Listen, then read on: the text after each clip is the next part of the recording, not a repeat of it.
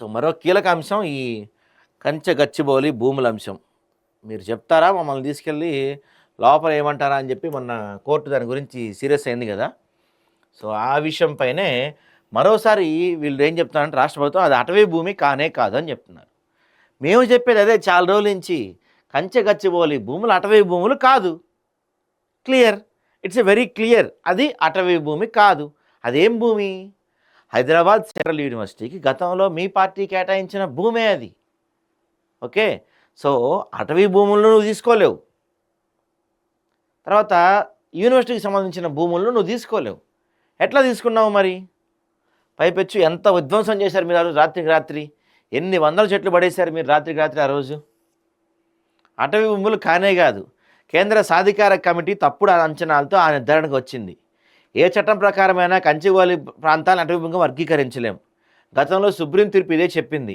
సుప్రీంకోర్టుకు తాజాగా సమర్పించిన సమగ్ర అఫిడవిట్లో రాష్ట్ర ప్రభుత్వం వెల్లడి. అఫిడవిట్పై స్పందించేందుకు సమయం కోరిన అమికస్ క్యూరీ తదుపరి విచారణ 13కు వాయిదా. సో కంచెగచ్చిబౌలి ప్రాంతం ఎట్టి పరిస్థితుల్లో అటవీ భూమి కానే కాదని సుప్రీంకోర్టుకు రాష్ట్ర ప్రభుత్వం మరోసారి స్పష్టం చేసింది.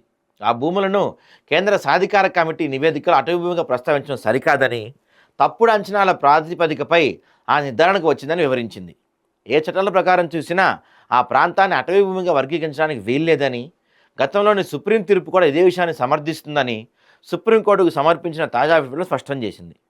కంచెగచ్చిబౌలి భూముల అంశంలో సుమోటో కేసుతో పాటు ఇతరుల పిటిషన్లపై సిజేఐ జస్టిస్ బిఆర్ గవై నేతృత్వంలోని justice K Vinod Chandran, justice Joymalya బాగ్చీలతో కూడిన త్రిసభ్య ధర్మాసనం బుధవారం మరోసారి విచారణ జరిపింది.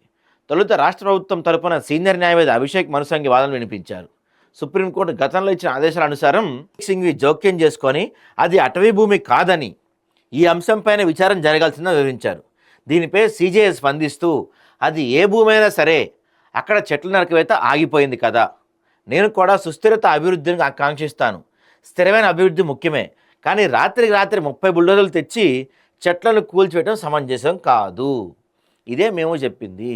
అభివృద్ధి కావాలి, ఖచ్చితంగా అభివృద్ధి కావాలి, కథ నడవాలి. మేము దానికి కాదంటలా. కాకపోతే చాలా భూములు ఒకటా రెండా చుట్టుపక్కల హైదరాబాద్ చుట్టుపక్కల కొన్ని వేల ఎకరాల భూములు ఈ రోజుకి అన్యక్రాంతం అయిపోయినాయి. ఆక్రమించుకున్నారు ఈ బీఆర్ఎస్ వాళ్ళు. చాలా చోట్ల ఉన్నాయి.